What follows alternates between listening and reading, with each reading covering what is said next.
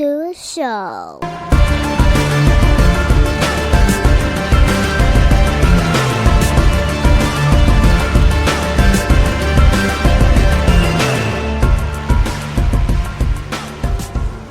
What's up, everybody, and welcome back to another episode of Off the Mats podcast. And this week on the podcast, I wanted to do something a little different. I guess I'm doing something different every week, but this week even more so different because normally I talk about jiu-jitsu and talk with, those folks and the mental health area and all that things. But this thing I want to talk about is I want to talk about Wrestlemania, pro wrestling in general, but Wrestlemania is going to be coming up. And by the time this episode comes out, Wrestlemania will be only a few short days away. So that's what we're going to do today. And joining me for this episode to kind of discuss the happenings in the wrestling world and whatnot. Because even though I watch it, I don't absorb it. So I want to have on a friend who might know a little bit better than me. So I want to welcome to the show a friend who I shout out at the end of every episode with the Nerd Rage Radio crew, Mr. Kris Pinkerton. Welcome, Kris. How you feeling, my friend? What's up, party people? Hey, Dante. Thanks for having me on. I'm sure Bobby will appreciate me getting my wrestling out with you and not with him on Nerd Rage. Yeah, I feel like every so often he needs a little bit of exposure to pro wrestling. Absolutely. A little closed off there, so we gotta keep him in the loop. But yeah, thank you for doing this. I wanted to just kind of have the episode going into WrestleMania because just when I think about it, it's like, look, I watch pro wrestling. I watch it a lot, actually. I just, like I said, I don't absorb it, but with the event coming up, I was like, okay, well, let's go ahead and I guess lean into it and talk a little bit about it, because a lot of wrestlers actually do jiu-jitsu.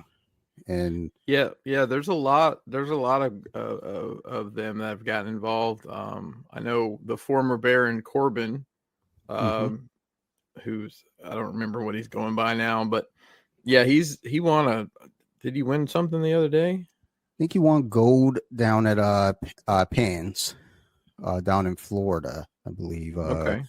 Last week or a couple weeks ago. Yeah. And I think you can see the influence that MMA in general, BJJ, obviously part of that, has had on the work in wrestling. Yeah. Because, they're doing a lot more. Look, wrestling's a gumbo, right? It's a little of every kind of martial art to an extent. And I think, just the technical part of some of the jiu-jitsu you guys do is showing a lot in the work you see in the ring now, more so than you did 15, 20 years ago. Well, yeah, definitely. I mean it's all grappling ultimately. Sure. So just playing grab ass, right? Yeah, pretty much. Touch butt in the park, if you will. I remember after I started training, and then I started kind of watching WWE again, and I think it might have been Daniel Bryan. Mm-hmm. Like that's the first person that came to mind. Like I saw which him, finisher?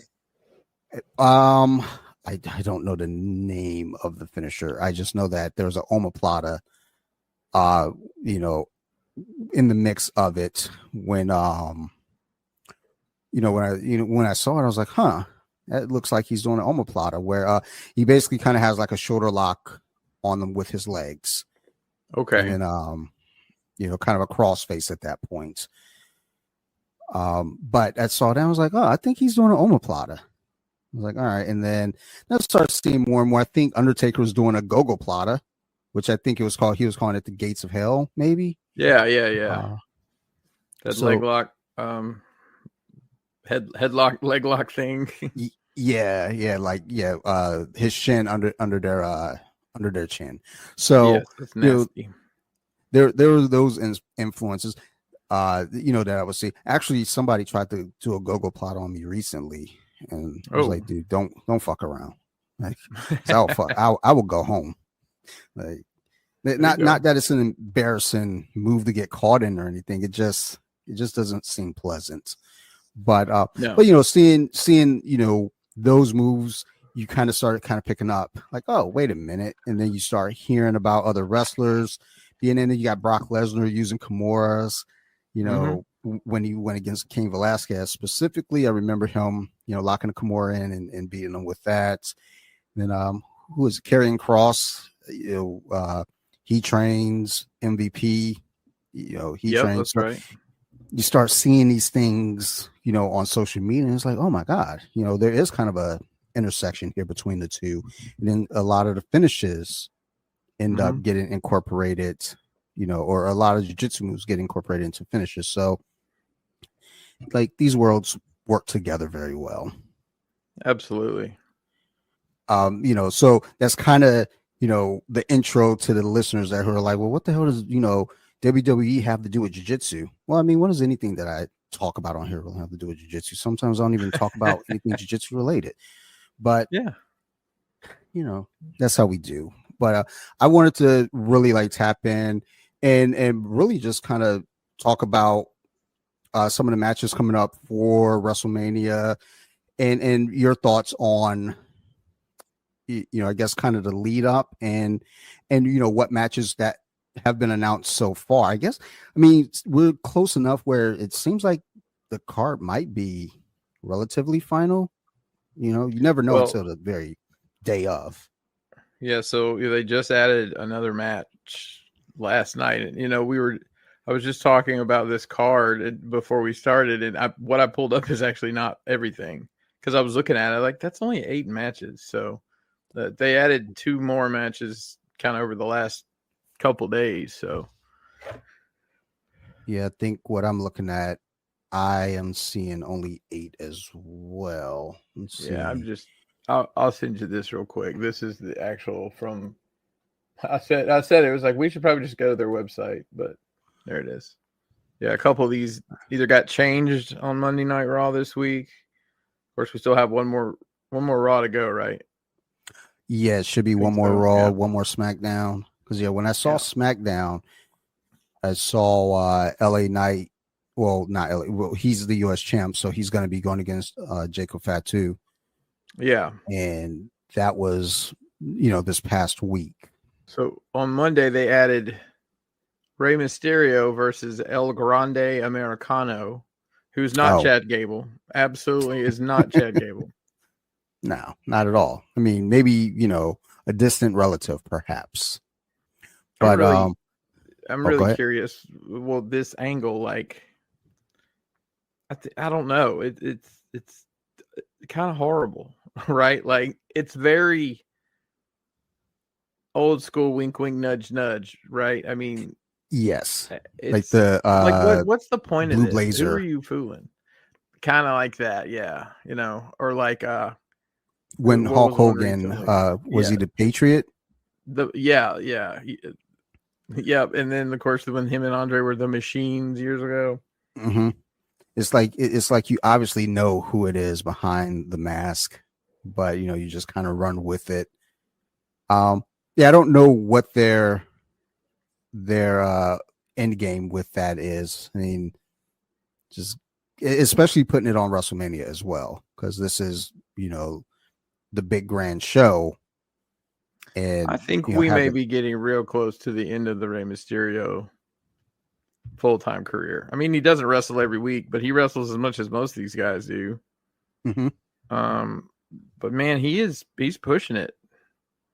And it isn't like he has an easy move set. He's a bump. No. He has to be the bump kid in most matches. Yeah, I mean, being the smaller guy and being a high flyer, I mean, that's kind of the thing with him. So you figure at this age in the game for him, yeah, there's got to come an end point, at least for in-ring action, or at least slowing it down, because I thought a while ago that he was done, actually. And then, when I started really watching again and I saw him like getting back out there, I was like, oh, I thought he was done. I thought, this was because he's older now. So they put him in the Hall of Fame while he was still active, which I never like. okay, then that's no what it matter what was. kind of, that's probably what confused you, because Yes. I was confused too. I'm like, oh, I guess he's still wrestling. But look, he's a lot slower than he used to be. I mean, look, he's no 97 Monday Nitro Rey Mysterio, Yeah. right? Those crazy days. But I mean, thinking about it, like when I started watching wrestling again, when the NWO and DX shit popped off, that's when I started watching wrestling again. And I've been watching him and Chris Jericho the entire time I've been watching wrestling. They've been involved. Like wrestling. That's crazy to say. I guess Jeff Jarrett too, if you want to count Jeff Jarrett. Yeah, true. Well, I always feel like that's kind of one of those you'll always hear like there's static between a wrestler and the WWE. And then when you see that said wrestler show back up for some appearance, whatever it may be, then it becomes a story like, oh, and it's close to WrestleMania. Oh, they're probably adding them to the Hall of Fame, like Jeff Jarrett. That happened with him. Because I remember coming back and seeing, I was like, I thought he had beef with them. And I thought, he was over NWO or TNA, whichever or at that point. And then it was like, oh, he's in the Hall of Fame now. That's, so I guess they, put their differences aside, set that up. But, Jeff Jarrett's an interesting one for sure. He, he started TNA, and I mean, say what you will about TNA, they're still running, right? They never stopped in any form through all their trials and tribulations. But when he was finally completely out of it, when they bought him out or whatever, there's a million podcasts talking about that from his own mouth if you want to hear it. But, where else is he going to go at the moment, right? He's going to go in there and get that Hall of Fame ring. And then, they didn't want to use him in the back or for an agent or anything. So he went to AEW where he's still wrestling, which is crazy. I find that interesting all the time. When I look at, an organization like TNA, at one point, they're getting, all the, because I guess at that time, those were the two bigger shows in town, WWE, TNA. You still had, Ring of Honor, New Japan, NWA, but it was either TNA and I guess maybe because TNA had the TV deal here in the US. So, you'd see, Kurt Angle pop up. You'd see, Jeff Jarrett, obviously over there, Hulk Hogan, everybody's kind of popping up over there. And then, as Sting was over there, the Hardys, Sting, for back and forth for years. There's a ton of talent there, man. I mean, AJ Styles, Samoa Joe to an extent, although he's more of a Ring of Honor guy who ended up working for TNA. But so many people have. LA Knight came through there. Well, he came through everywhere. He worked. Yeah. He was an NWA guy. There was a TNA guy, and then NWA guy, and they picked him up. But it's incredible to think about how much talent has come out of that, right? Just those different promotions that, the old Ring of Honor, right? Especially so many of those guys, the Christopher Daniels, Bryan Danielson, we're almost at the end of that. I guess CM Punk was part of that. He did take 10 years off, so saved a couple bumps on his body, I'd imagine. Yeah, I just saw a post today kind of talking about CM Punk and saying, all that he's doing right now, he's showing up at every show, he's taking matches, and at this point in his career, he doesn't necessarily have to. But then you just kind of pointed out, he was off for a decade, so he kind of saved himself a little bit of that wear and tear. So sometimes it's not even a matter of like guys doing it whether they have to or not. It's like, are they able to do it? And him saving himself that little bit of time gives him the ability to still kind of, give us a last run here. Yeah, I mean, I think about guys like the Motor City Machine Guns. I mean, they're new to TV, right? People don't know who they are that aren't watching anything other than the WWE product. Those guys have been wrestling for 25 fucking years.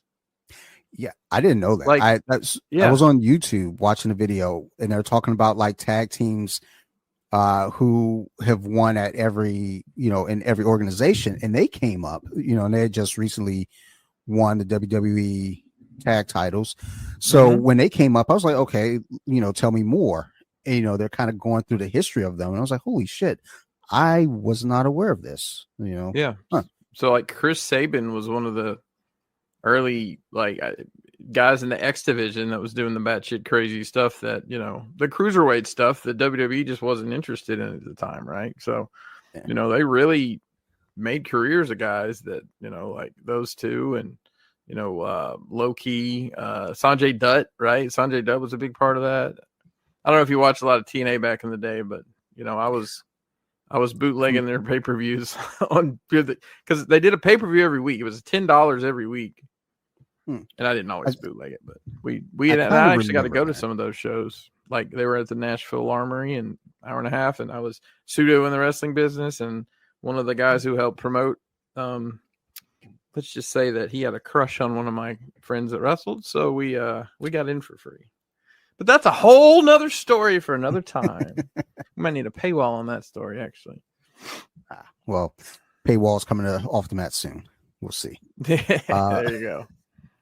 But yeah, it's like, well, and that's what I was kind of thinking about though with TNA, during that time where they had like all the bigger names of the bigger stars, and they had the bigger TV deal. It seemed like they were more front and center for the most part. They weren't WCW front and center at the point. It was kind of like, it's almost like they learned from WCW, where WCW tried to go head to head with WWE, which for a while they were winning that. And then I believe it was 86 weeks. Yeah. As the podcast states. Well, don't forget when Bischoff and Hogan were with TNA, they ran head to head on Monday nights for it's not a very long time. They moved it to Tuesday pretty quickly. But pretty ballsy of them. Yeah, I mean, you step out there, you try it, but again, you learn from the mistakes. And they're still, like you said, they're still rocking and rolling to this day. And I think that a big part of that though too is like, again, look, we're not going to get in your way, don't get in our way. And we can all kind of coexist, because competition is what makes everyone better. When Vince bought WCW, during that time, the product started to get really weird. Yeah, because he could do whatever he wanted. It didn't matter anymore. Yeah. I mean, the same thing happened right in like 2017, 2018, before AEW came, because they didn't have any competition. He was doing whatever he wanted.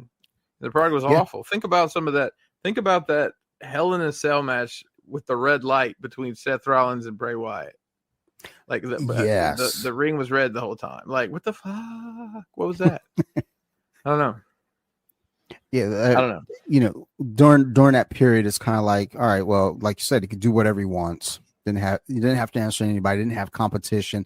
Again, you got TNA doing their thing elsewhere. You got NWA doing their thing elsewhere. New Japan.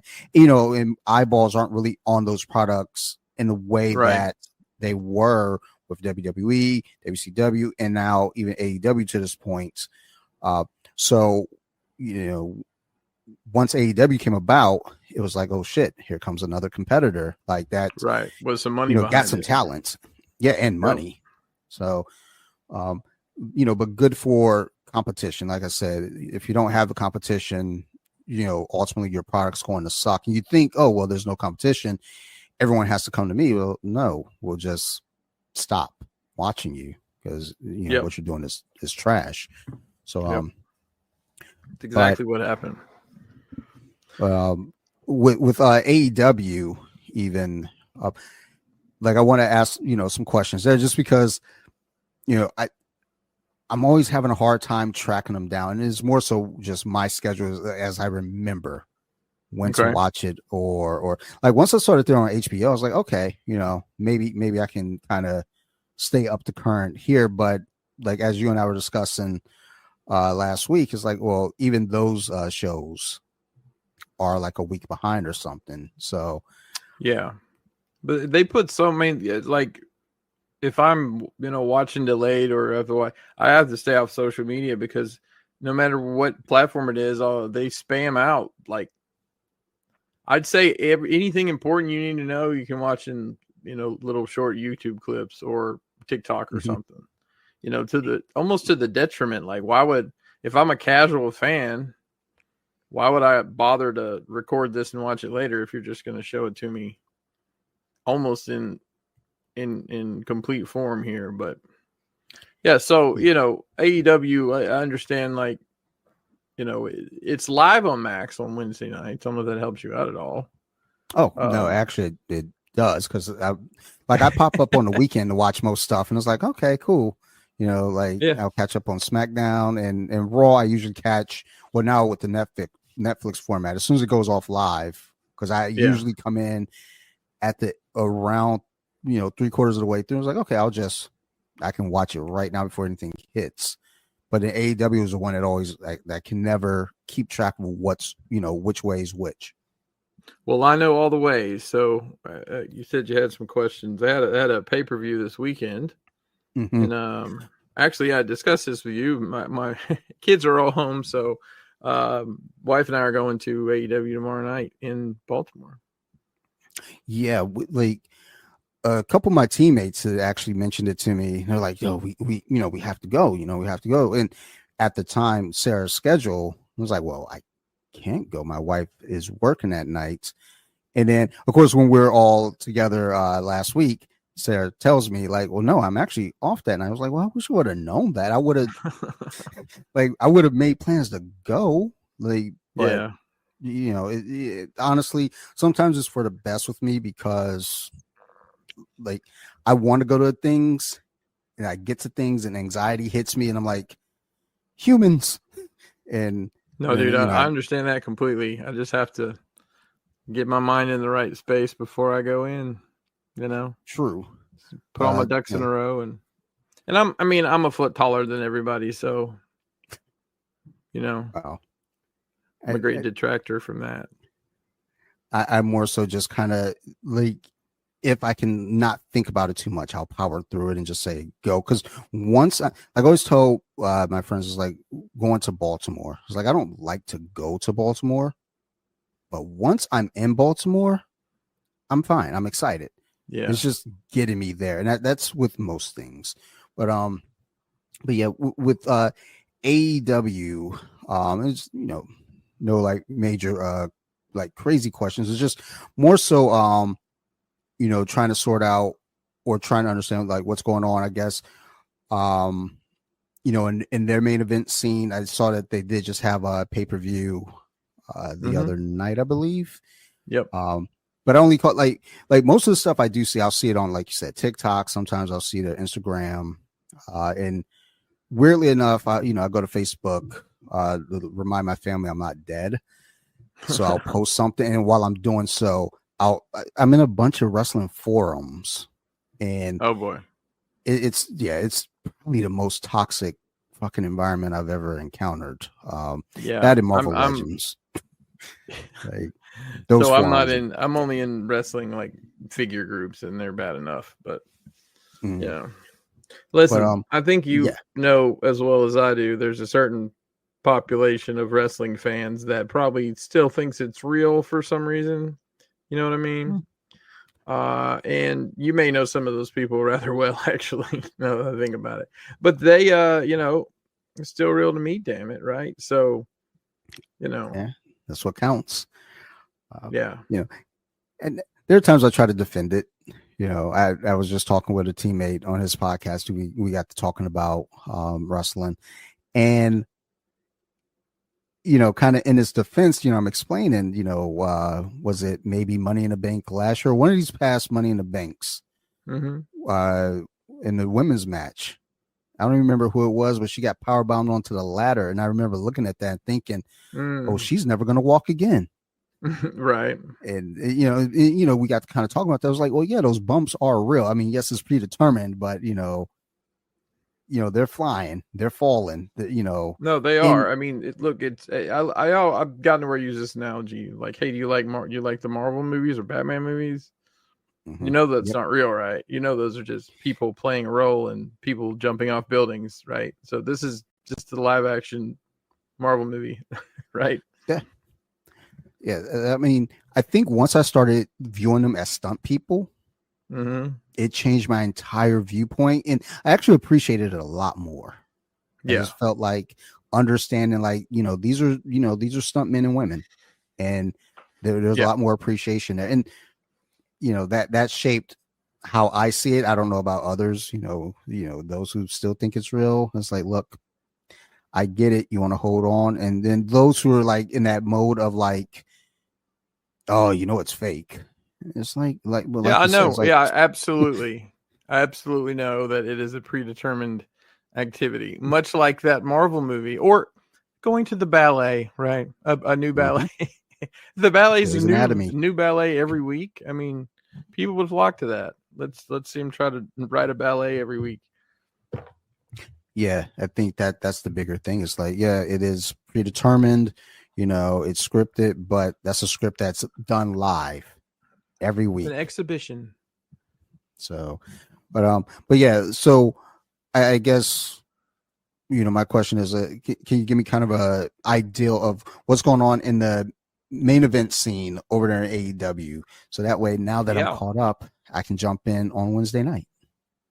So the men's main event scene would be the title scene. Is John Moxley has had the title since he beat Bryan Danielson for it, and then put a plastic bag over his head to choke him out. It's I beautiful. love that.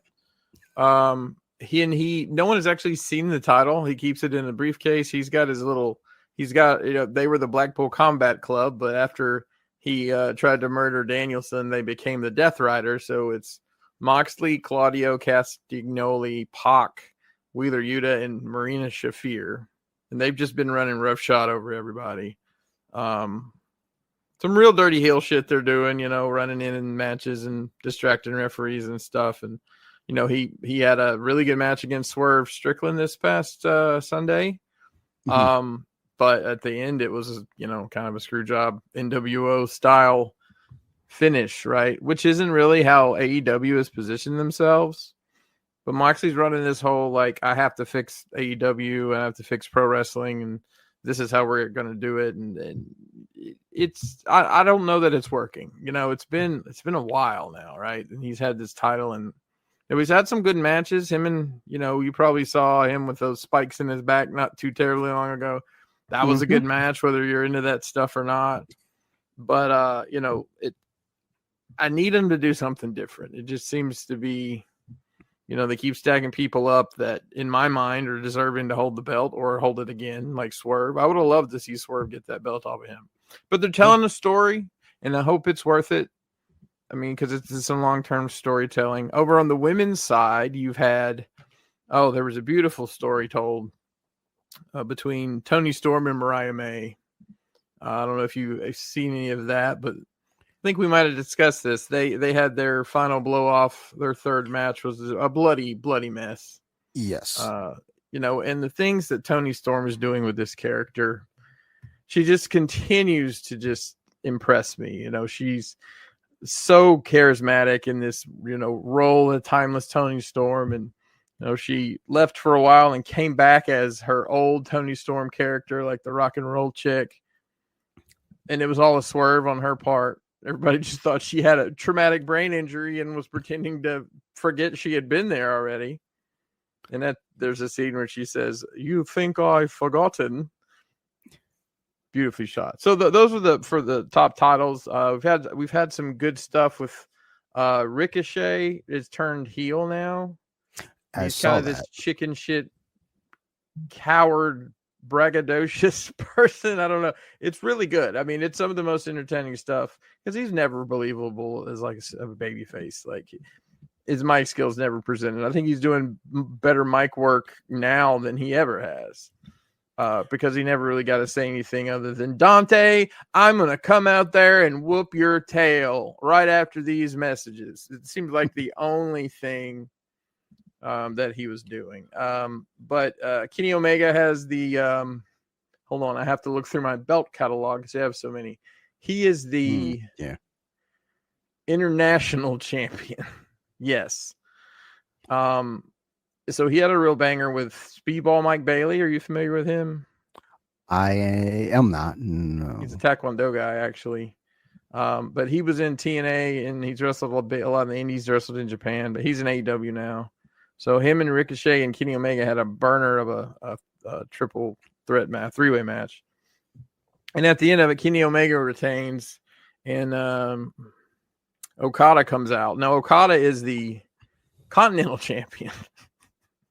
So in my hopes and dreams, they merge some of these mid-card belts because it's at some point, if they've got the Ring of Honor belts and half of New Japan's brought theirs and they've got their AEW, there's like 14 belts on the show.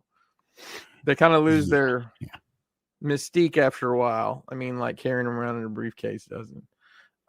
Hangman Adam Page is doing some incredible work. Him and Swerve. I don't know if you remember when Hangman burnt Swerve's house down a while back. Did you see that? I did not. We did. And it's so funny because at Christmas, TBS released on YouTube a live loop of Hangman sitting in front of the burning house drinking whiskey in a chair. Just like, it was great. I'm like, this is incredible. I put it on for like an hour. My wife's like, what the fuck is this? I said, it's Hangman Adam Page drinking whiskey in front of a burning house. It's the most Christmas thing you could ever wish for. He's doing some really good work. The new log. Yeah. Konosuke Takeshita is really impressive. He's a guy who's been around for a while in Japan. I don't know if you ever seen him wrestle. He kind of looks like our friend Joey, except he's giant. Yes. Well, I haven't seen him wrestle, but I've seen him. Yeah, he's phenomenal. He's really good. Don Callis has his little family. Kyle Fletcher's another person who's really impressing me. He was with Will Ospreay in the United Empire and all that stuff, and he's really just turned into a hell of a performer and a great hand, and he's great on the mic. So he's been impressing as well. And then the Young Bucks showed up. They've been gone for like 6 months, so they showed up on the pay-per-view. Mercedes Moné, aka Sasha Banks, aka whatever that girl's name is in The Mandalorian. She was her first couple matches in AEW. I was like, this isn't clicking. Something's not working here, because it's just like her moves didn't seem crisp. Everything just seemed really like half-hearted. But she wrestled Billy Starks on this last show, and man, it was a banger. And the last couple matches she's had been really impressive. She has 4 titles she brings to the ring. 4. Jeez. The TBS Championship, the New Japan Strong Women's Championship, and then 2 Rev Pro belts, which is a British promotion that I don't know if she's ever even wrestled in. But there we go. Yeah. But yeah, that's the cliff notes there, really.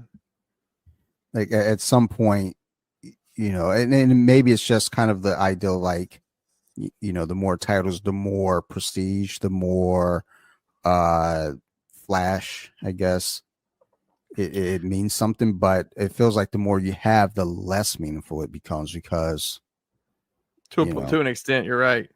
Are you familiar with the picture of Ultimo Dragon holding 10 title belts? The Sonny Ono. Tell you how big of a wrestling nerd I am. Recently. I watched a 30-minute video on the history of all those titles and how they came to be with him and where they went after.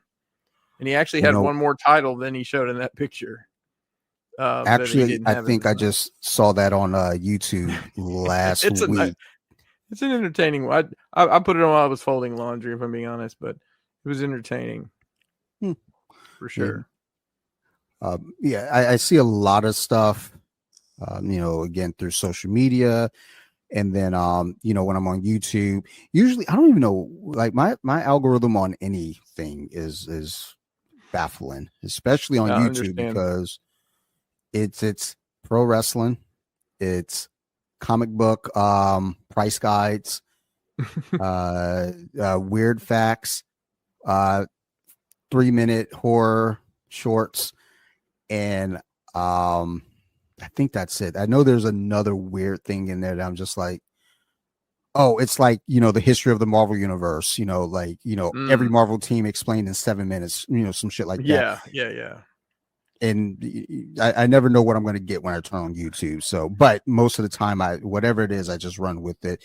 A lot of time it's wrestling. It's mostly wrestling history. So, yeah, just like, heels, like, I guess, going back to Ricochet for a sec, there was a video basically talking about wrestlers who were just weren't clicking as babyface but they got so much better as a heel. And Ricochet's up there, so I was like, oh shit, let me watch through this. I can't remember because I never made it to the end. I never got to him, so I'm not sure. I'm sure The Rock was on there. The Rock was on there. You know what? Ricochet was not on that list because The Rock was the very last one. That's what it was. And we never got to Ricochet. Ricochet never came up. But I always wonder with those characters who come off as a face, they're out there and, again, they're just too squeaky clean. And, they're very limited on the mic. But once you let them become the heel, they can kind of really, especially like when you look back at The Rock, he's coming out there smiling, and just clapping along and being happy. And then, once that changeover happens, he was able to be a lot more free on the mic. It seemed he said a lot more, just he was going after the fans and stuff like that. And I feel like anyone that becomes a heel is like, that's kind of that open door. Now it's like, oh, I can go at the fans. I mean, hell, Cena, turning heel and going at the kids, it's like, damn.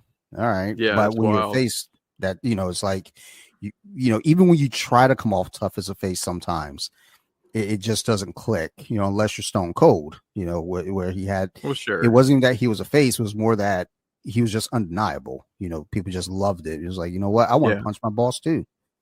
Yeah, absolutely. And I think it goes back to, the number of 5-star reviews you get at your job versus how many people complain, right? Not everybody's going to talk about something that somebody did something good, right? But it's just it's easier to be reactionary to somebody doing something that you don't think's right in the wrestling fandom, at least. And I'll tell you, like, from a creative standpoint, it is a lot easier to be mean to people than to try to get them to be nice to you. Like, and those scenarios, like working as a baby face, especially if you're not in a good place with it is hard, especially with how vicious people are now. Like, you can't half-ass a babyface promo, we're going to get your ass, right? You can half-ass a heel promo and turn it into that's what you wanted to do, Yes.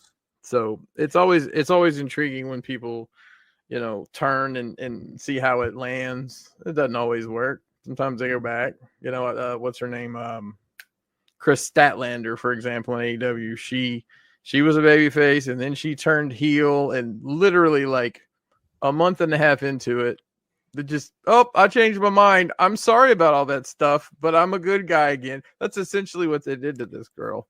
I mean, it's kind of, I think she's probably getting the same reaction that she got either way, truth be told. But yeah, I think sometimes it is just a matter of like, if you're just not clicking with the crowd, but also too, like I'm sitting here thinking, it's like, I fancy myself a nice guy, sure. But it's also kind of a blend of like, I'm nice until I'm not, I'm always going to be nice, but I can kind of come out as nice. Where in wrestling, you don't get that opportunity. You're either one or the other. It's not like, here, let me come down here and help you. Oh, let me also go over here and hit this guy with the brass knuckles. It's right.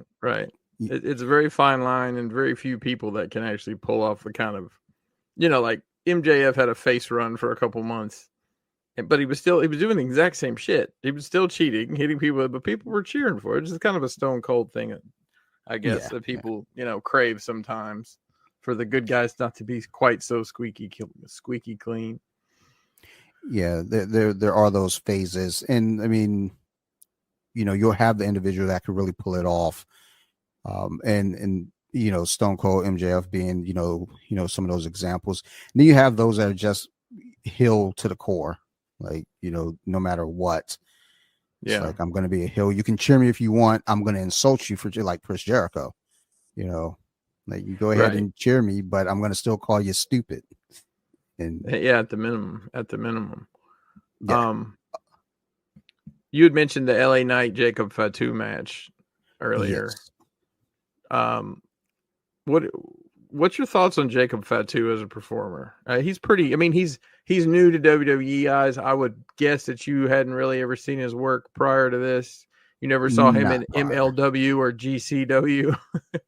No, not fancying those those neighborhoods right now, Kris. I'm not at that level. So, again, some of the YouTube stuff though, going into the history of, because I think there's a history about Samoan wrestlers and the future of it, and he came up, and they show some of his footage from before. It's like, well, seeing all that stuff, I was like, oh, I see it now. I get it. The things that I've seen here in WWE, it almost kind of feels like it just blends. It doesn't necessarily like stand out like this is a future champ to me, but I mean, like I said, I casually watch it, so it could just be that too. It's more like, all right, maybe I gotta see a little bit more and watch what's going on, because like most when he came through, getting introduced to him in the bloodline story, it's like, okay, right now he's kind of the muscle, I guess. And seeing that, I was like, okay, well, let's see where it goes. And I've seen a couple matches, and I'm like, okay, I mean, it's fine. You can see he has it. It's just I wonder sometimes if WWE kind of says, well, hey, let's hold off, because I think there was it him or one of the others that they hurt their leg on, like they came off the top rope or something and hit the announce table. And it was like, oh, it was him, and that was a gimmick. Okay, all right. Yeah, that was a work. That was a work. That looked real like legit, because I was like, oh my god, my leg don't move like that. And I think it's a work because he can't go to Canada for reasons of legalities. I was gonna say, like, if you've ever been arrested in the States, it's really hard to get into Canada. But does his wrestling style remind you of anybody from days gone by? Not maybe somebody that wrestled against Bobby Lashley in Trump versus McMahon. Umanga. That's his dad. Yeah. Oh, that's his dad, I thought. Dude, just think about the way he carries himself, and that he walks just like Umaga. He does that hip check in the corner. He's got that intensity. Yeah, so that's Umaga's son. I thought that okay, I'm getting them mixed up then. The other two, I thought Umaga was their dad. So, The Usos? Right. Yeah, Rikishi's their dad. Yeah, no, I know the Usos dad is Rikishi. I'm talking about the other two with the bloodline that came in with him. Oh, the guys from New Japan. Yes. I don't know. Honestly, can't remember their names, but I think they're on that Tongan side of the family. Yeah, I thought for whatever reason I thought Umaga was their dad, but well, maybe he was. Maybe Umaga was just a busy boy. I mean, who knows? I mean, who knows? Sometimes when you're traveling the world, you got to set up franchises. LA Knight's an interesting character to me, because they brought him in as that him and Maxine Dupree. Was he Max Dupree? He was something Dupree, and he was like doing that stuff with the fashion guys, with the maximum male models. And then, like, as soon as Vince was like, no, you're gonna wrestle, and they pushed him to the moon. He had a championship match, and then he just kind of like wandered around the card, and then there was a rumor that Shinsuke was leaving, or his contract was up and he wasn't going to re-sign, and he had the belt at the time, and they took it off of him and gave it to LA Knight, and then like the next week here's Nakamura again. So I'm like, okay, I guess they changed their mind about something, but I think LA Knight's a transitional champion here, because I think they're going to put this belt on Jacob Fatu, because they're pushing him hard. I think so as well. Well, I was wondering though too, because like you said, LA Knight got a hell of a push at one point, to the point where you thought like, oh, they're grooming him to be a champ very soon. It felt like, and then it just kind of fizzled out, I guess. I don't know. I mean, whatever backstage issues may have happened, or if there's an injury that is kind of holding him back, I don't know. But it just felt really like, That was a push that he had coming, and then it just disappeared. Because I remember he had the U.S. title, and then Shinsuke beat him for the belt, and I was like, okay, not sure what's going on here. Maybe they're moving the belt somewhere else so they can push him to the main event now. And then that didn't happen. I was like, I don't know what the hell they're doing. I don't know, man. I don't know, but that's I think it'll be a good match, but I don't see LA Knight coming out of there with the belt. Yeah, I mean, I don't know what to think, because like I said, he was getting a push, and then he lost the belt, and I didn't even know he had the belt back. Actually, I turned on SmackDown, this past weekend, and then saw him walk with the belt. I was like, oh, I guess I've definitely been out of the loop, because I didn't know he got the belt back.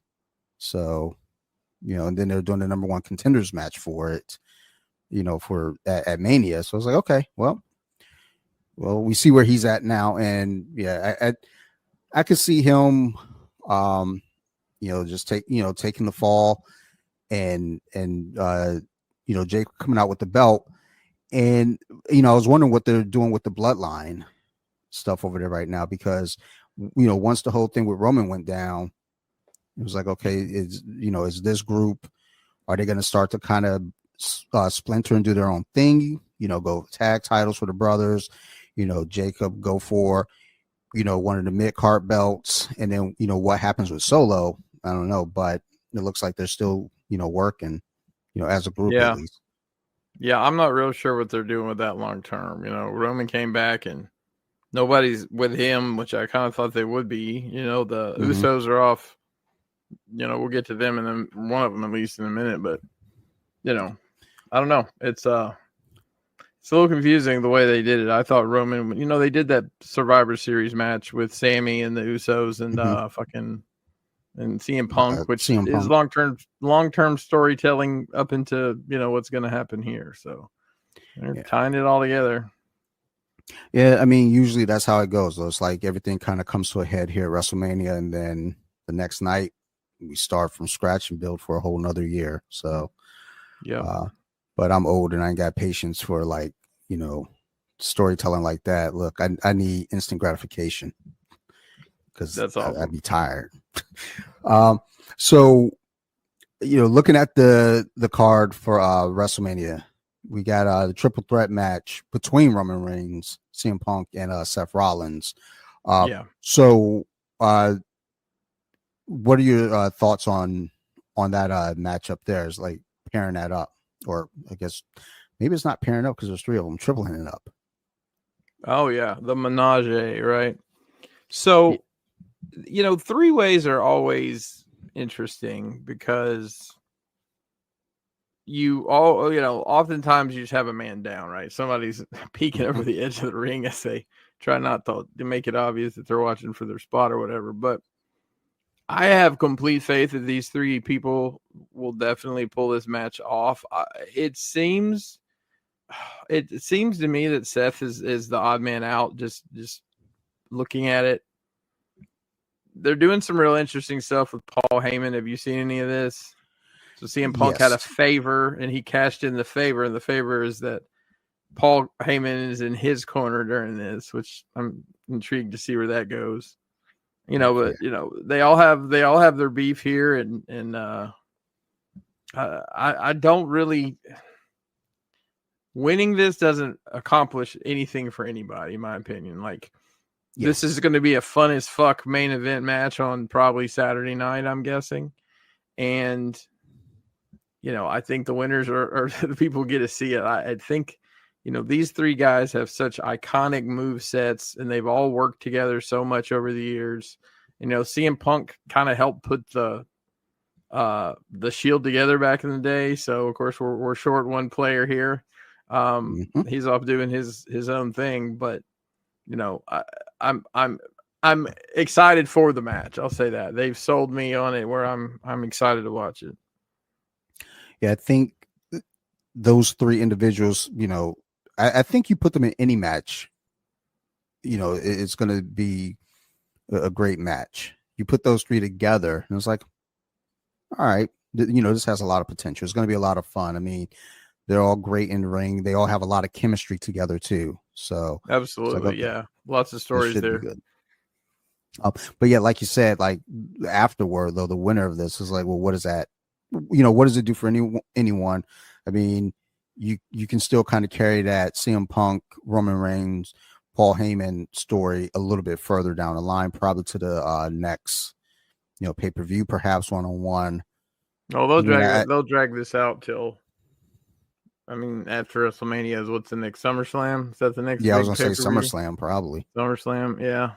I'm surprised they didn't put a number one contender off of that, because I mean that's your title scene after whatever happens with it, and we'll get to the scene a bit in a few minutes, but that the results of that match will have a lot of bearing on everybody else's year, I think.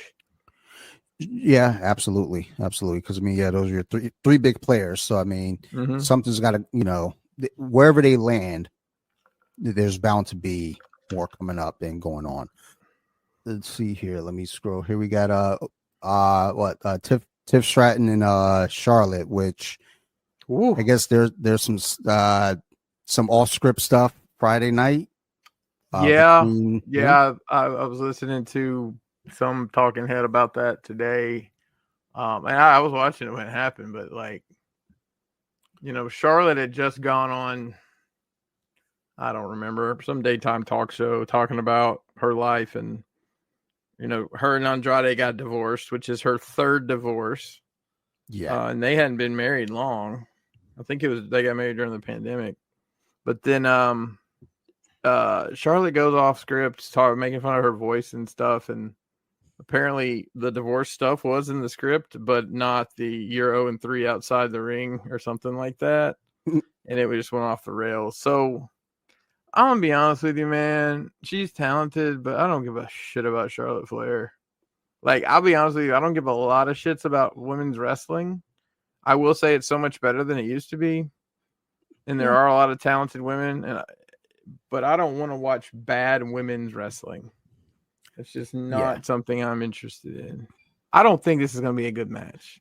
I think Charlotte, I just don't think she's going to play ball, because Tiffany's green, man. She's 25 or something like that. She hasn't been wrestling long. She's been an athlete her whole life, but she hasn't been wrestling long. No, and I mean, that's just the thing. I mean, you can have that transition to the ring, but there's still things that, there's still something about being an in-ring performer. Yeah. This early on that doesn't translate yet to the main event scene. There's been, just kind of talk about how folks are like, she's not ready to be champ. She looks, out of her element in there with Charlotte. Her on the mic, she looks nervous and, all these things. And I mean, maybe. My guess is someone in the back, because they did this, via satellite interview, and Charlotte went off script and it threw her off, and, Tiffany didn't look good in that. My guess is somebody in the back said, "Hey, Tiffy, listen, she's going to eat you alive if you let her. So have something in your back pocket that's not in the script. You can put her in her place." And she said that, and then that girl fucking powdered out like a heel. Oh, yeah. And then Charlotte tried to get something else in. And apparently, Wade Barrett stepped out from behind the desk and stood kind of between them, so nothing happened. Because apparently there was a lot of heat on that. So, I don't know. I really hope they don't put the belt on Charlotte Flair, because she's getting that go-away heat, man. You can either get that, they legit hate what you're doing in the ring, or, stuff like the Don Callis style heat where, they just boo you and it's part of the act. And then there's the stop talking because I don't want to see or hear you. And I think Charlotte's entered that because, she came back as a baby face. I'm like, what the fuck are you doing? Nobody wants to cheer for her. She needs to do some dirty ass heel shit. She needs to just bust some heads, drag some people around by their hair, and just beat the fuck out of them relentlessly to make them people legit hate her. That's the only way she's going to be, in my very unprofessional, professional wrestling opinion. that's the only way she's really going to get a connection with the crowd, is to just be violent. I know that's the easiest way to get attention, right? I mean, truthfully, that's a primal instinct. I think also too, like you said with that though, it's like, nobody likes her. She came back as a face. It's like, I don't know. I just feel like, the last time she was seen, wasn't really well received. Yeah. So you figure, next time you bring her back out, don't even try. Just, put her out there, as the instigator. Put her out there. Hell, bring her back with that. I guess maybe this is part of her ego, though. It's like, bring her back with the clique. Bring her back with the crew and just start stomping broads out in the back. Be a menace, but I, think her ego, won't let her, be part of a group. Big part of it. So, and I'll say I am not excited to watch that match at all. Like, they haven't told, they're not telling an interesting story. From the beginning. The story didn't feel built up anyway. I mean, I think she's wrestled all these people already, right? Mm-hmm. I mean, she could have picked who she wanted, and she picked Tiffany Stratton over, IYO SKY. I mean, at the time it was Rhea Ripley, and I think that the idea was like, well, they've already done that before, twice. So, yeah. Let's not go back for a third time, and then. And I think the one time she won the Rumble, they sent her. I guess Rhea was the champ at NXT, I think, but she went after the NXT belt, and it was just like, okay, there gets to a point where you're just like, okay, what do we do with this lady? So yeah, I mean, back then I think that was a lot of grasping at straws because of the pandemic bullshit, but I don't know. Yeah, I mean, people can have good matches over and over. There's no doubt about that. But there's a lot of other people on the roster that aren't in those spots now. That I don't know. This makes me think like maybe this Charlotte Flair run will be an eye opener in the back to, look, this isn't working. She's gonna have to just, coming out as Ric Flair's daughter with the robe and all that. Nobody wants to see that shit anymore, right? It's over. You need to just fucking dress like a ninja and come and beat the fuck out of people or something. I don't know. Which having ass. Yeah, I don't know what gimmick you can really pull for her other than just being a complete nightmare for everyone. I mean, like back in the day, I mean, you see it plenty of times with someone like Undertaker or Triple H, anyone changing up their style, upon a return. It's like she returned and just came back as just Charlotte. And it was like, okay, well, I mean, hell, even when Ronda, a little bit came back, at least she put like, some face paint on a little bit, try to give it a little bit of a change. What the fuck was that though? That was awful. All that shit. Fucking Shayna Baszler with her eyes painted. I'm like, a totally underused talent. That she should be the focus of a title program, in my opinion. I thought at one point that's where they were going, and then they. But she was in that Elimination Chamber match, and she literally, I think she got all but one person out by herself. Yeah. And then, like, nothing. Sometimes I wonder if they suffer from, I mean, and this has been kind of a thing with the WWE in the past anyway, it was like too much talent. Oh, absolutely. I mean, and both the big promotions are so top heavy with talent. I mean, and they keep signing people too. It's like, what the hell? There's so many people. I mean, and people are moving back and forth. And I'm glad there's another place. The ones that drive me nuts is like Miro and Malachi, Aleister Black, are coming back to WWE after, being gone and it being a shit show over there. But yeah, I think, sometimes they're just in those weird positions where you have talent that should be elevated and, they're keeping the old guard there. And it's like, dude, at some point you gotta, move on and not give so much backstage control, to that upper talent, to, the old heads. Right. Next are AJ Styles and Logan Paul, looks like here. Yeah, that's an intriguing matchup for me. Because they have real similar styles, to be honest. No pun intended. They're both, strikers, and they're both, high flyers. I think a lot of the moves blend well together. I think it's going to be a good match. I think there'll probably be a show-stopping spot in there somehow. That'll be, the meme of the night. That has that meme energy. You know what I mean? Like when Logan Paul and Ricochet had that midair collision that was all over the place. I think we're getting towards the end of the AJ Styles career as well. I think he's pretty much stated that it's his last contract. I sure would like to see him versus Will Ospreay, man, before AJ's completely, because they talk about stealing moves. Ospreay does the Styles Clash where I don't even think AJ does it anymore. I think it's going to be a fun match. I will say I probably am looking forward to that. I like AJ. I've been watching AJ since I used to go to those TNA Asylum shows. 20 years ago now.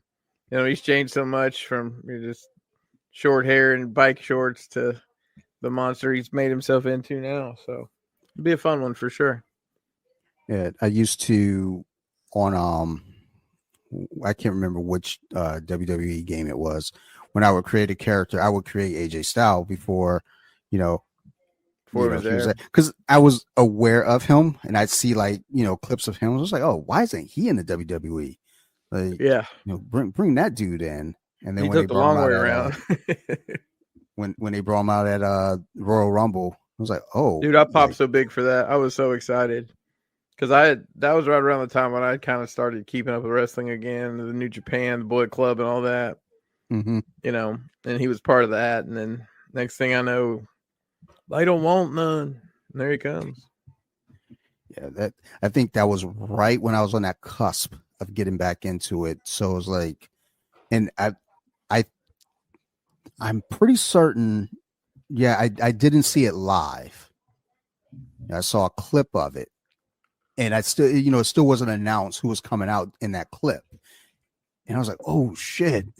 Like the game has changed now. Let's see where this goes. So I like AJ Styles. Right to the top, man. They did a great job pushing him. Oh yeah. I mean, they got him in there, got a belt on him, and still kept him kind of in the scene, kept him in the rotation. It wasn't like here's a belt and then pushed him out. But right. Yeah.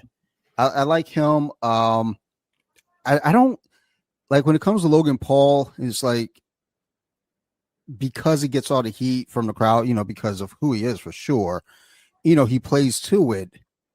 Like one of my friends was over here watching. I can't remember what event was it. It might have been SummerSlam. I don't know. Whatever it was, Logan Paul was there. It might have been WrestleMania last year. I don't know. But one of my friends was here, and I remember she was like, Logan Paul's a wrestler. Like, that's so dumb. And I was like, no, watch the dude. He actually like he's a high flyer, he does shit. And, he did something and she was like, oh, okay. Maybe he does know what he's doing. I was like, I mean, a kid, just like any kid, growing up, you got a sibling, you're going to wrestle. You're going to wrestle in your backyard. Right. You're going to give him a pile driver on the couch. Yeah. It's only a matter of time before that's going to, pay off. But yeah, I mean, ultimately, athletic people do well in wrestling, and he's an athletic guy, and he's in great shape, and he gets heat while it kills me. He's getting heat while he's getting paid twice to be there because his prime drinks all over the place at WWE, and then he's getting paid, and he gets paid a lot to do that. They didn't bring him in on any rookie contract. He's making millions of dollars doing it. He's entertaining. At the end of the day, people love to boo him. I mean, I think it's good heat, right? He's probably not selling a lot of T-shirts, but he's there to play a character, and he's doing it. Yeah, I mean, it's like people want to see him lose. People want to see him fuck up. People are going to tune in to see it. And exactly. So, I'm excited for that match. I think it'll be a fun one. A lot of potential for a lot of good action. So, yeah. And I always think, with WrestleMania matches, because, this is, the big show. And it's one of those things like, well, what does this match mean next? And it's like, sometimes it doesn't even mean that the match doesn't have to mean anything next. Sometimes it's just there to entertain. And I think that's what this match is. It's just here to entertain. Exactly right. This is a popcorn match, right? This is, oh yeah. There's no stakes. There's no long history or rivalry. It's just, two people that have been jawing that haven't actually touched each other yet, which is cool. And they're gonna wrestle, and they built it, almost like a boxing or MMA, with the fact that they haven't touched each other at all. They've just been talking shit. It almost reminds me of some of that old Ultimate Fighter boot camp. What was that show called? Yeah, the Ultimate Fighter, right? I guess it was the Ultimate Fighter. Yeah. Back in the day on Spike TV. Tough. The Ultimate Fighter. Yeah. I don't know if the matches are in order. I'm on the WWE website, but it's like I'm trying to guess where this match would even go. If it would be like night 1, night 2, opening match night 2, or like, because it would feel weird. Like if this is like the second match on the card. I think this would be opening match night 2. Yeah, I think that's a good place for that match. Like I feel like it's something to get that second night started right, and like once pop the crowd big, AJ can hit some moves, and if they're working an angle into it, maybe somebody else comes in and gets involved, or and of course what do they call it? There's a name for it, but Raw after WrestleMania, Raw or something. I don't know.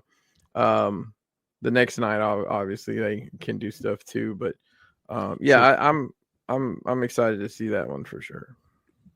All right. So I'm just going to go in the order that I have it here, because I was trying to like jump around. I was like, oh shit, I'm getting confused. Let me just go in order what I got. So we got Cody Rhodes versus John Cena. Yeah. What a hell of a story they're telling here, man. Like, hell yeah. I'll tell you, it's funny. Maryland Phil had come over, was hanging out, and it's like, well, I'm watching wrestling tonight. You want to watch? And it was, what was it, the Elimination Chamber where they did that with The Rock and all? Yeah, and then John Cena's face turns, and it's like, oh no. Oh, it's finally happening. I was so excited. We finally get heel Cena, and the promos he cut on these crowds, of course, they're in Europe, which makes it all the more entertaining because those crowds are nuts. But, just the stuff he told you what he was doing and then did it, and you still fell for it. It was so good. Cody, fired up Cody is so much better than calm smiling Cody. We get a lot of calm smiling. Whoa, Cody. I need some more adrenaline in my soul there, Cody. I need you to pump it up, man. But I think that's going to be, I just hope it doesn't turn into a shit show clusterfuck with 28 different people in it. I'm hoping it's pretty much just them two. I'm sure somebody at I don't know if The Rock's even going to be there. And God damn it, if Travis Scott comes out, I hope Cody just kicks him in the fucking head after he gave him a black eye. I'm of two minds here. So part of me thinks that, they're going to give Cena the title. Same. And there's a couple of reasons there. And he's talked about it. Like, that will make him the, 17-time world champion. He'll be the most world champions of all time, which takes Ric Flair off of that spot.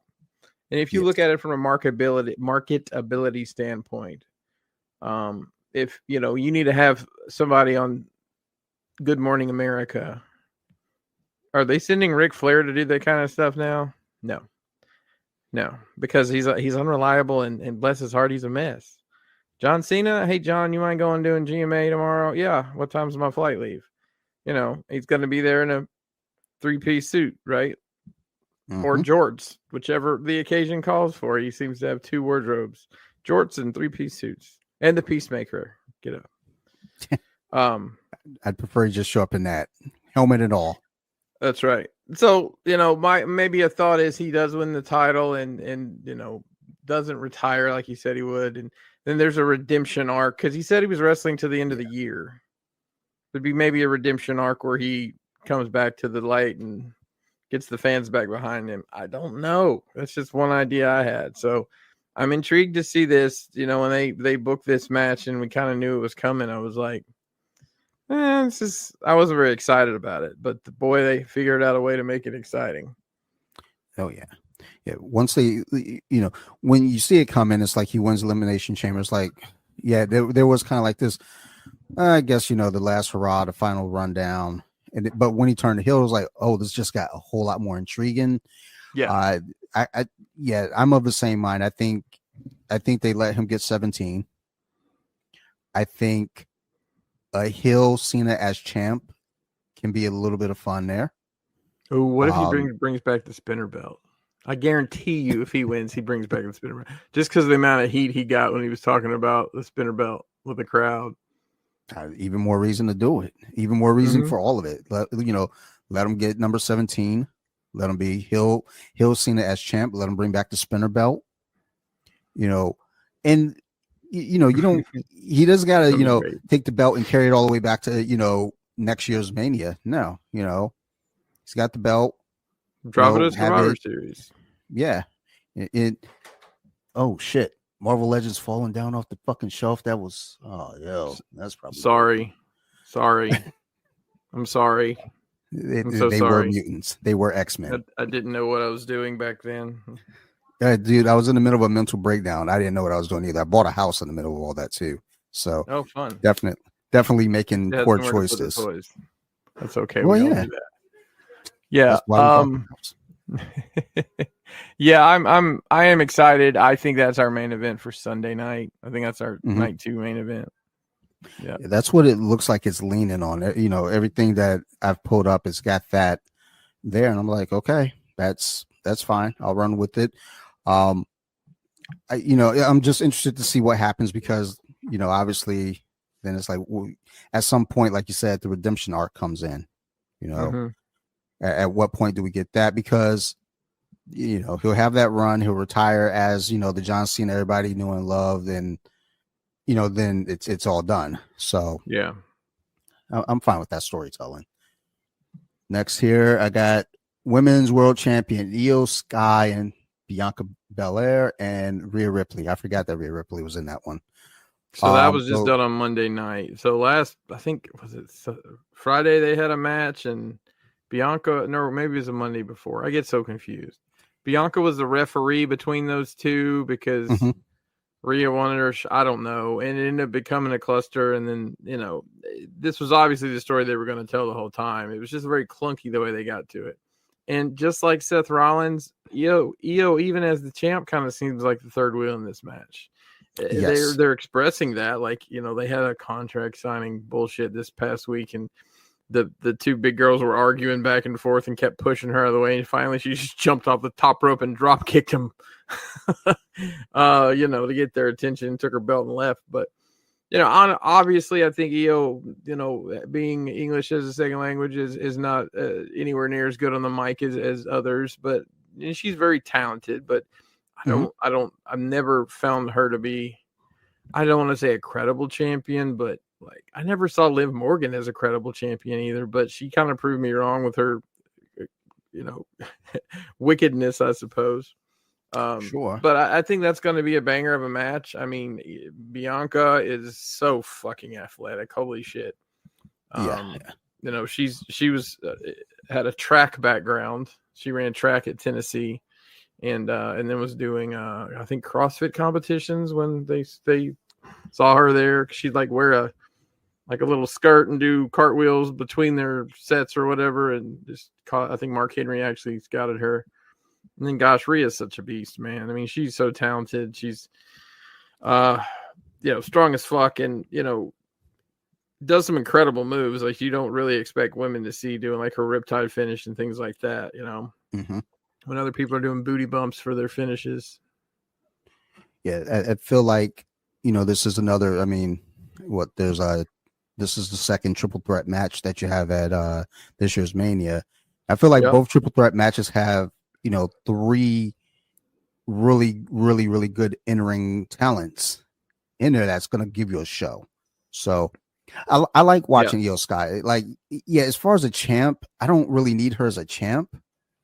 I think she, she's entertaining in the ring. So it's like, belt or no belt, I'm okay watching her like, fly off of something because it's like, right. It's going to do something, for the show. So I'm with that. I mean, Bianca Belair, I'm always impressed with her and Rhea Ripley.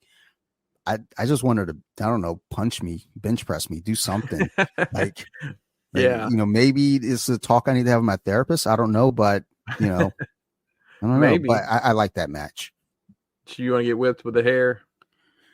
Maybe. I don't know. I don't know if I'm really into that, but I don't know. I haven't tried it. So if Bianca wants to try it, I mean, I'm down, but I'm gonna be honest, I might not be okay with it. But if Rhea stabbed me in the leg, I Rhea might be stabbing okay you. with Yeah. that. Yeah, Gotcha. it goes dark. It gets really dark, dude. And my therapist, she always just writes in her little stupid book really fast. I'm like, dude, are you still in my jokes? So that's what it is. She's writing down material for a stand-up set.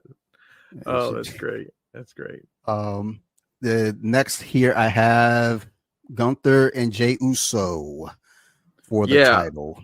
So this was not going good. Like, I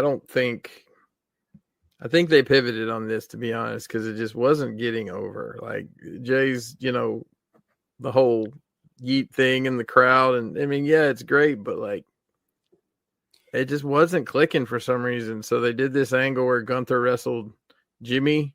I don't know if you saw this, beat the shit out of him and then handcuffed Jay to the corner and made him watch as he basically beat him and choked him out. It was great.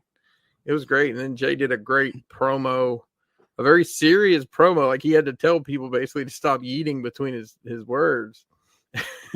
It's so stupid. But, he cut a really heartfelt promo about, like, you have a mom. You know what I had to talk to my mom about this week? About my brother being in the hospital. And then he said something like,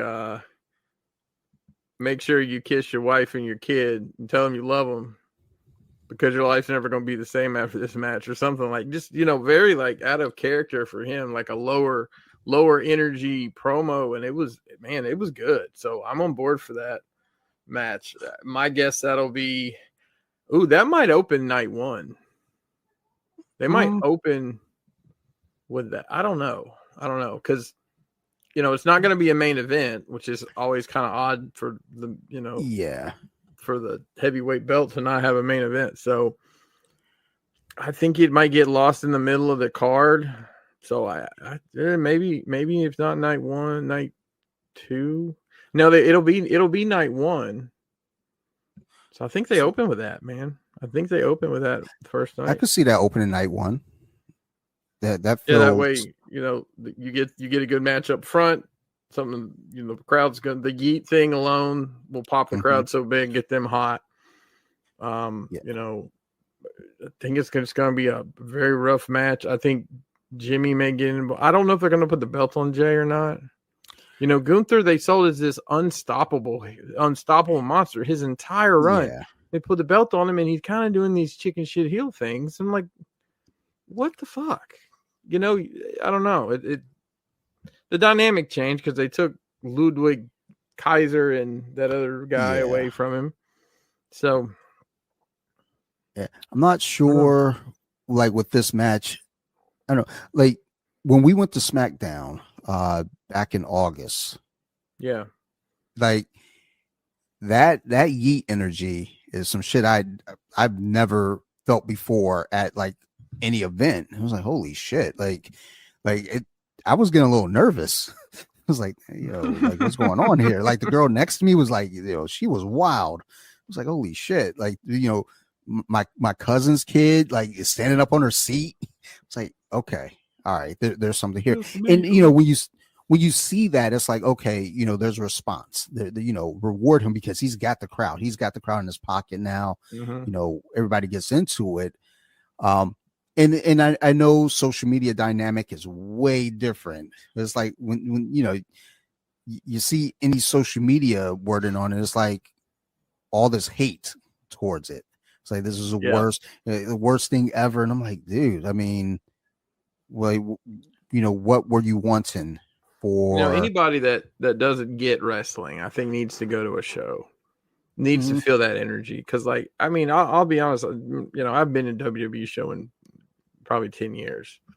But these AEW shows, like, it is so fucking loud. And it doesn't translate on TV. I don't know how they're not recording the way they record it, but, like, when some of these guys come out and the pops they get, dude, the whole building shakes, it feels like. It's crazy. And, the energy you get, I think seeing a major wrestling show, look, yes, please go to your local indies promotions. But that's not the energy we're talking about. it's a similar energy to being at a sport like, football game and touchdown or, winning the championship. It's that kind of like everybody in the building. I went to the first Grand Slam event with Jose up at Arthur Ashe Stadium. Gosh, what was that? 22, 21? It was 22 because it was still a masked event, I believe. And that was like one of the first big shows they had done since the pandemic. And dude, that place just vibrated the whole fucking night. It was awesome. It was awesome. Like that in crowd energy makes a whole difference. So whenever I see people bitching and whining online, it's like, I just feel like y'all haven't been to one of these shows. Y'all just guys sitting here, on your phone or on your computer, bitching about something that, there are folks that are paid for that. There are folks that, will bury a movie before it hits the theater, so no one goes to see it. And, this is no different here, but it's like, look, man, feeling that energy at that event is like, I don't know that they put the belt on him. I don't know what happens with the belt, in this match in general, because it's like, what's next? Because if he wins the belt, it's like, where do you go from there? Gunther wins it. I mean, there's stuff you could do with Gunther. I almost don't know that there's a whole lot right now with Jey that you could do, but I'm worried because if he doesn't win now, does he get back?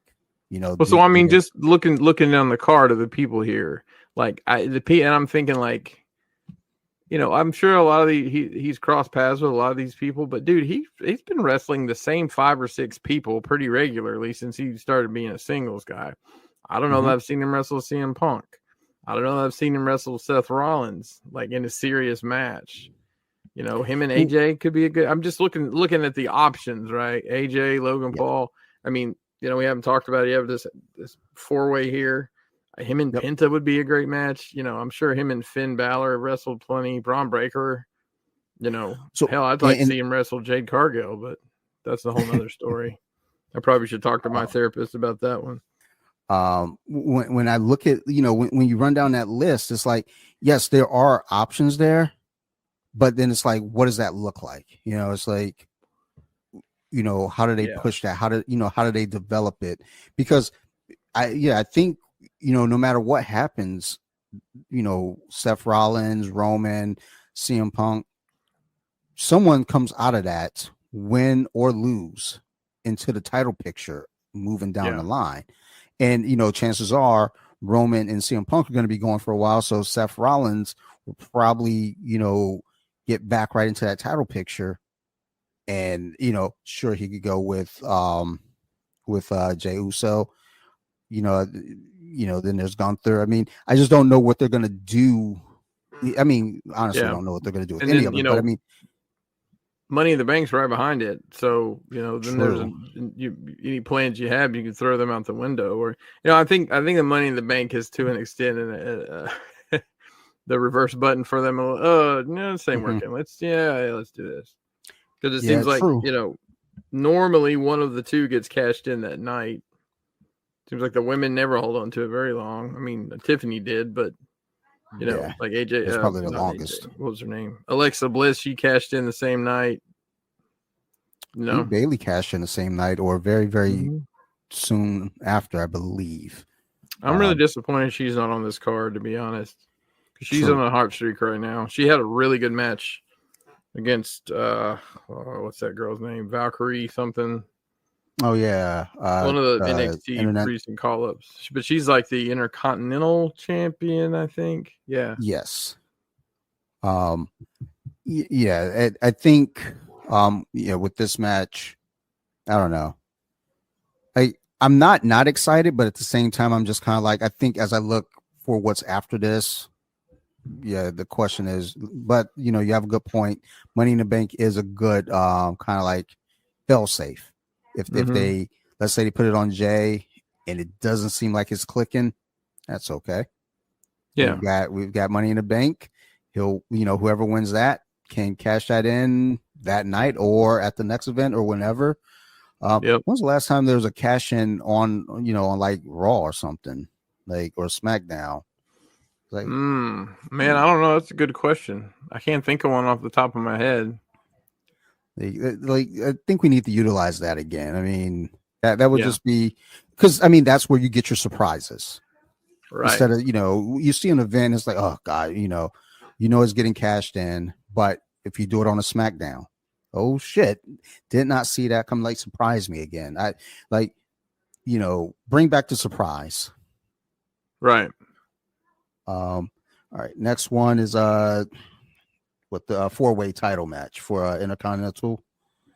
What is it? Braun Breaker, Penta, Finn, and Dominic. Yeah, they just added Dominic. Like, they put out a tweet about it. So, Finn Balor and Dominic are both in the Judgment Day and are both.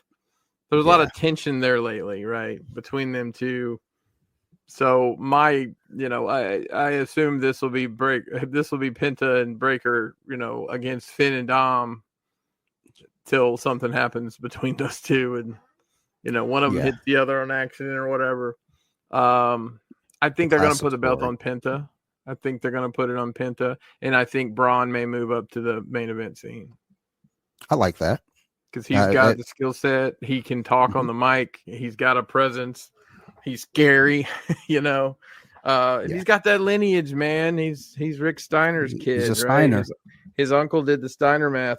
Why did you not just let him be Braun Steiner?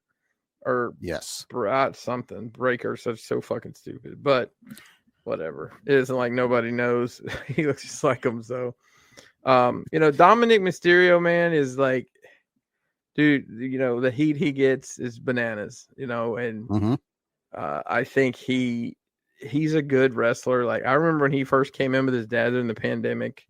I'm like, this kid doesn't know how to fucking, like, I'm sure he's been flipping around in the ring since he was 3 years old or whatever, but I don't know. There was nothing to him, right? He just didn't have I didn't have a reason to care.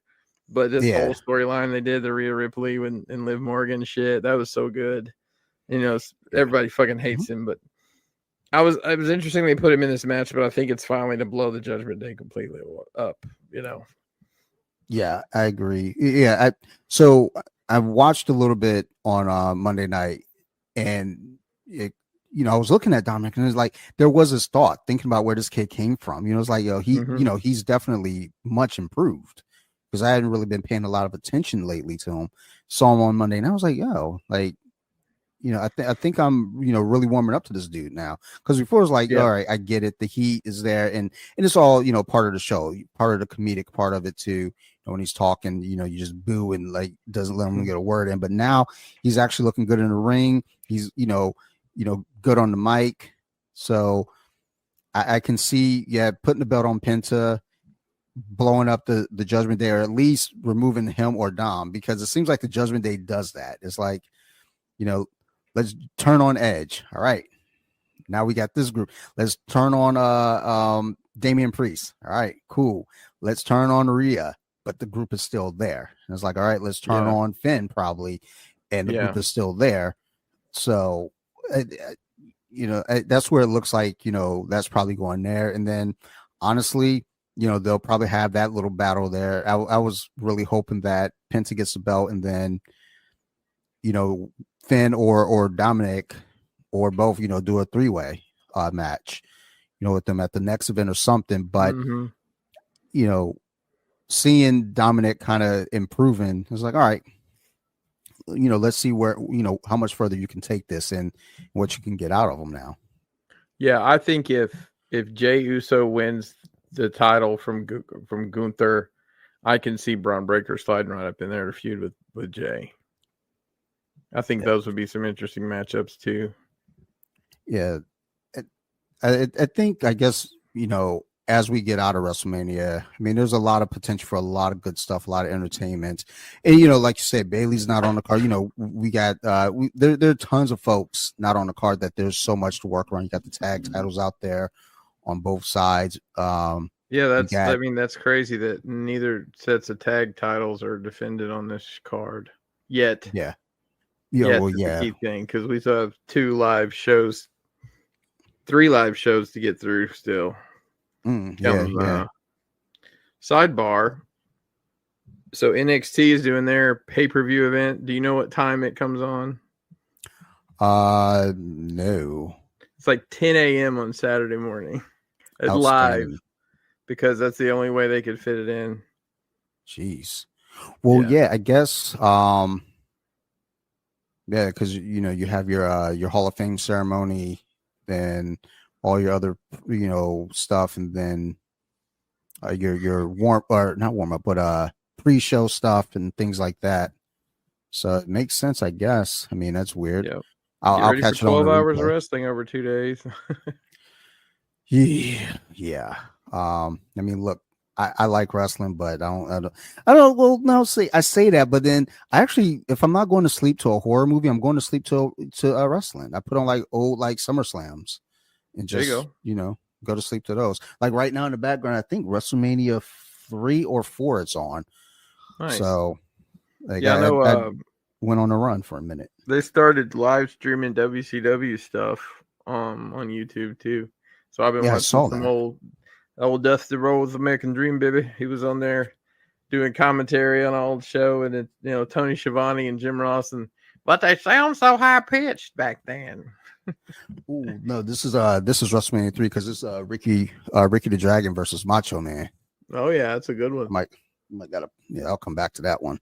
But yeah, it's like kind of as I was looking at things leading into this, I felt kind of grim, thinking like, oh man, what are they gonna do after all this? But like now, after like kind of talking it through, I'm like, you know what? I think we're okay. I think we're gonna be okay after this. Like they got some potential matchups they can play with here, and it sounds like the matches should be entertaining enough. I think the Rey Mysterio match can be fun. Yeah, that's another popcorn match. And honestly, like I think they'll use that as a cooler match, right? That'll be maybe on night one between. So it depends on where they put these women's matches. Like if they put they'll be on different nights. So I'm thinking Charlotte will have the stroke to get hers on the same night as the Cena match. So I'm thinking that'll be third from last, and then maybe they put Mysterio Grande in as the cooler match to everybody kind of catch their breath a little bit before the main event.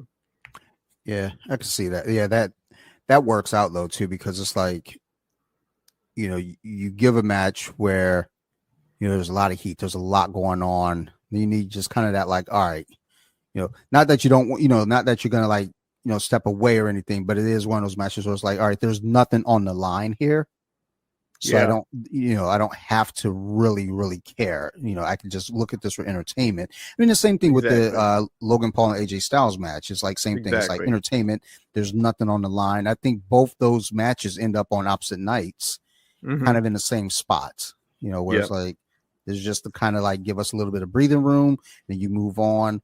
I forgot. There's also, I guess, Naomi and Jade Cargill on there, which. Are you up to date on that situation? So I saw the Elimination Chamber beatdown that took place, and that was the last thing that. Well, no, I saw SmackDown. Jay came out and stomped her again. Yeah, but so I mean, it's this old Naomi turned heel, and she's doing a heel gimmick, which I think she's good at it. But her whole thing was, I was here the whole time, and y'all did your own thing, and I want to be included, kind of deal. And I think it'll be a good match because Jade Cargill is working with somebody that knows what the fuck they're doing. Because bless her heart, she looks like $1 million. She could beat both our asses, and we probably tell her thank you. But she's green as fuck, man. You look back some of those AEW matches when they put like her and Julia Hart or Sky Blue or those other greenhorns in there, and it's just like, what the fuck? I think fucking Aubrey Edwards was calling the match through the headset to him, which isn't uncommon, to be honest. But I think it'll be a good hard hitting match. We'll probably see some crazy spots in those between those two, some table spots or something. Just spice it up a little bit. I want to say back in August, because she was on the card at SmackDown when we went. Jade Cargill. And her and Bianca Belair. And I mean, again, she's a physical specimen. You look Mm-hmm. at her as like, you belong in a wrestling ring. You belong somewhere athletic for sure. Yeah, absolutely.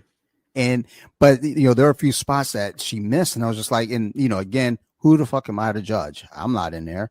But it was just one of those things as I'm looking, it's like, yikes. Okay. Well, and I still keep in mind, it's like, she's still coming up. She's still coming up.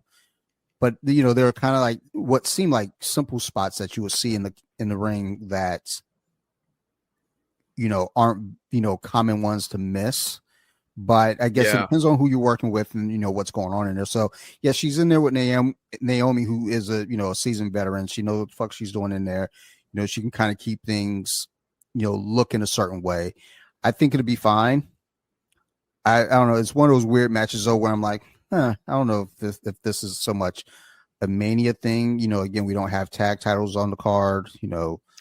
Right. So can you tell me who the tag champs are for each show? Because I'm not sure. I don't know who are the champs on Raw. I only know SmackDown because I just saw that it's the Street Profits. I just saw that because I watched it. So it's the War Raiders, the former Viking Raiders. Yes, are the SmackDown or the Raw champs. I think it's so confusing the way they do this. I wish if you're gonna have separate titles for separate shows, just keep those people on those shows. And don't have people move back and forth. It's very confusing, and I'm sure it's confusing. Why are there two heavyweight? Why is Cody Rhodes and Gunther on the same show? That doesn't make any sense, that kind of stuff. And they muddy the waters with fucking eliminate all these different shows where you can win a title shot. Well, I'm on this show, I'm going to go to that show. Whatever. It's just annoying sometimes, but I look at that match. So compare that to say the championship match with Tiffany Stratton and Charlotte Flair. Like Tiffany Stratton and Jade Cargill, I say, have probably been wrestling for about the same amount of time, give or take. I think Jade should have gone to NXT for a whole run in NXT just because she's so green, but they just wanted to get her on TV. Made a big deal about signing her away. I think if Tiffany fucks something up, Charlotte isn't going to help her. She's going to let her fuck it up and then look at her like she's stupid. Whereas Naomi's going to work with Jade. She wants to put on a good match. She doesn't. I don't think she has. Obviously, nowhere near the ego as Charlotte Flair does. And I'm not saying that from a working standpoint. I'm saying just like I just don't trust Charlotte Flair to put on a good match with somebody that's going to need help. Very true. And Tiffany's going to need help for the match they're going to pull off, the spots they're going to do. It'll be interesting to see if Nia Jax sticks her nose in that at some point because, she was the champ that Tiffany beat and cashed in on her friend and all that. It's another wrinkle they could put in here. Like I didn't even consider that at all. Like Charlotte, kind of letting Tiffany kind of drown out there. If things get rough. It never even occurred to me. And now hearing that, I just got this weird pit in my stomach, like, ugh. Like, because like watching wrestling, I mean, like I said, once I started looking at them as stunt people, it just changed the way I look at it. But I also, there's this concern when they're about to, go for something. And if they miss it or, anything, there's this concern in my stomach. And it's like, oh my God, you always want someone to be okay. But, especially if it's like, okay, if Naomi and Jay get into, something weird, they can recover it. But with Charlotte, just being Charlotte and the things you apparently, there's shit backstage. Both of them are kind of from different angles being considered at fault. So you can already kind of feel that heat of like, okay, if something goes goofy, Charlotte's just like, you know what? Get up. You're here. Like, you're at the big kids table now, pick yourself up. Whereas like, again, Jade fucks up. Naomi's like, I got you, I'll help you out. We'll get to this together. So, it's definitely going to be interesting. Both nights. There's a couple other things brewing that I don't know what they're going to do with. So I want to talk about Nick Aldis for a minute. Okay. So Nick Aldis is the general manager of SmackDown, right? Do you know about Nick Aldis? I don't. Okay, so Nick Aldis was, prior to this, to being on this show, was in the NWA. He was the NWA for years. He was the guy. He carried that title around, made it somewhat of a big deal. When Cody was making his rounds before AEW, it was one of his big feuds. I believe at the first All-In event that they had before AEW, that him and the Bucks put on, the show that changed the world. I believe he wrestled Nick Aldis for the NWA belt at that show. And then Nick Aldis, prior to that, was in TNA as a character called Magnus. It was just kind of the same thing before what he was doing, but he's a really talented wrestler. And it kind of to me was like bringing him in as a general manager, and he was working in indies, but he wasn't like he was fucking bumping in a shitty ring in a high school gym he was wrestling, venues, and he made it. It was wrestling every week. It was, like old school Ric Flair, right? You wouldn't wrestle every week. You'd wrestle at these big shows.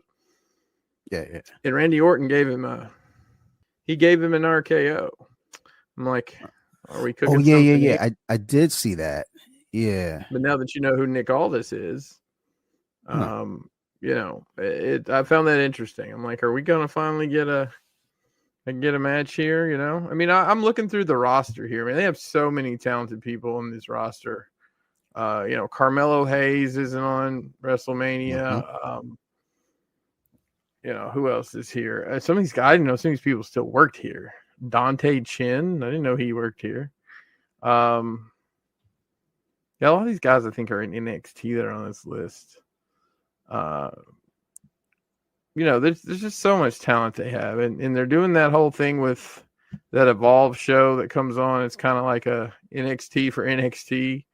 And then, they've got this, I don't know if you know this, they started this thing called WWE ID, basically, where they're finding independent people and kind of putting their stamp on them. It's kind of a right of first refusal. Like, hey, if someone else offered you a contract, check with us first. Gotcha. Kind of deal. But they're going to have a title that's kind of an independent title, but it's only going to be defended on certain show. Like Booker T's promotion is part of this, and I think Rikishi's training school is part of this. So, they're building the bench, and then they're pulling from the NIL. You know about their NIL deals too, right? You know what NIL deals are? So, our college athletes can get paid now. So basically they sign NIL deals, and it's kind of a right of first refusal, right? So let's say you're running track, for example, and you're really good, right? You're winning the national championships for whatever track and field stuff. And you might get the best case. You're going to go to the Olympics, right? Well, let's be honest. Not everybody's going to go to the Olympics. Not everybody's going to go to the U.S. championships. But even the people that are there, the people who don't win, some awesome athletes. So what WWE is doing is they're identifying people in different college athletic programs. Look, if you run track in college, you can't. There's probably less of a chance of going to a point where you can make a living doing that than there is like playing football or something like in college to pros. I just can't imagine there's a ton of people that are, I'm a professional track athlete. Like maybe some of those people that are on the Olympics every year, I could see them making a living doing that in some capacity with endorsements and stuff. But there's a lot of people that are come out of Tiffany Stratton, for example. I'm pretty sure she came out of that exact program. There's Lash Legend that wrestles in NXT. There's a whole bunch of people that have come through that. That's one of those things that I never even thought about though too. Is like you do have those you get a lot of college football players that transition to MMA, end up in the UFC and PFL and stuff like that. I never even thought about that with the WWE or just wrestling in general. I know what's his name, Gable Stevens. Oh boy, he had signed, and then he didn't get it, man. There was something didn't click for him in that process. Yeah, some people just don't. It's like it just doesn't translate for them. They don't. Yeah. They might have the athleticism, but it's like, it's like you don't really know, where to be. It's like, move this way, zig that way, zag, the other way. And, then also just camera presence. Some people just aren't comfortable. There's definitely a component to pro wrestling at that level outside of the athleticism of it, right? You have to be a character. I mean, look at, use Kurt Angle as an example, literal Olympic gold medalist, but had just dripping charisma, right? Dripping charisma. You take, the other side of that is Brock Lesnar, right? He just destroys people. He doesn't say a word, but he destroys people. So there's kind of the two, just from the wrestling standpoint, those are the two things I think you can get from somebody that has that shooter background, right? Either you play up the comedy a bit and be a bit of a character like Kurt Angle was over the years, or you just be a stone cold killer, right? I think those are the two things that you can do there. But there's so many different places that pro wrestlers come from, from acting to the YouTubers now, right? And musicians even. I think anybody that puts their mind to it. I mean, Bad Bunny. Did you see that match he had at the Puerto Rican pay-per-view a couple of years? Holy shit, blew my mind how good that guy was. Because we go back to Karl Malone and Jay Leno and Dennis Rodman. You might be able to throw a clothesline. They're not going to be bumping any, right? Yeah. Whereas these guys are coming in now and just, they're bumping their asses off. It's great. And I sometimes wonder though too, when we look at that, it's like, is it an effect of it's been around long enough now and it's part of the culture? Whereas, back then with Karl Malone and Dennis Rodman, Jay Leno, David Arquette, it was there, but it wasn't as like now you can bump to anybody. And, there are folks that are going to try to act like, oh, I don't know anything about pro wrestling. I run into them every day, but the sec you start talking a little bit about it, boom, they're in, it's so part of the culture that everybody knows something. Everybody can kind of play in that pool, whether you think so or not, or understand it. But back then it was just like, I know what pro wrestling is or fake wrestling is like, whereas now, folks get out there and it's like, people are quicker to pick things up, right, and run with it. So, good for them, good for just the show in general and the future of it and wherever it's going with, talent upcoming. But unfortunately for Gable Stevens, it's just that didn't translate for him. It just didn't translate, man. I mean, you can't win them all. I mean, that was a big draw for that. I mean, a big pull that they got, and they advertised the hell out of it. And he had one match, and it wasn't good. It just didn't click. I mean, I don't know. Maybe they said he just, I don't know. I just don't think he had his. I don't think it's what he thought it was going to be. I thought it was going. He thinks it was just going to be show up and make a lot of money and get people cheer for you or boo you, and he just didn't understand the back end of that work, right? Yeah, absolutely. I think he ended up missing out on going to Worlds because he was still under contract, so he couldn't go to the trials to get in because he was under contract. And then they released him like shortly after. And I don't think that was a intended, malicious thing or anything. I think it was just kind of the timing of it that was just very unfortunate. But it sucks because it's like, all right, well, he's back at it, but it's like he missed out on this last go round, so he's got to wait until the next one. So, but either way, he'll land. So, Kris, thank you for doing this and talking wrestling with me, because not that I watch a whole lot and talk a whole bunch about it, but the few times I do try to talk to someone, they just look at me like I grew a second head, and it's like, oh, God damn it. It's like, and then as you and I are talking, I'm looking at you like you grew a second head, like, whoa, like those are names I don't know. Man, there's levels to this. I will say that the John Cena stuff has really perked up the ears of the casual fan. I've had a lot of people that know I like wrestling. Like, hey, I saw John Cena turn bad. I'm like, yes, finally. Yes, finally. That has been a conversation I've been hearing more of lately.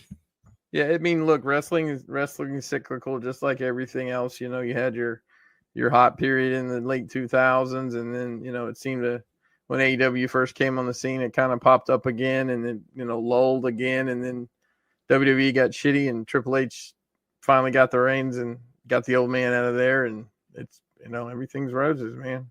I love it. Yeah. Wrestling's on every fucking night.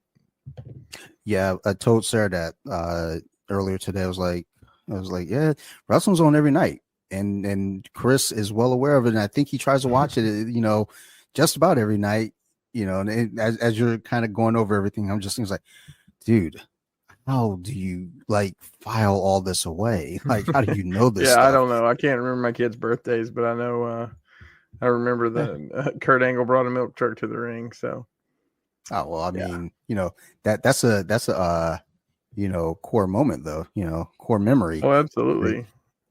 I was mainly thinking about what the smell would be later, because I got a whipped cream pie plate put in my face one time, and that smell was in my nostrils for like 3 weeks. I can't even imagine. Yuck. Yeah.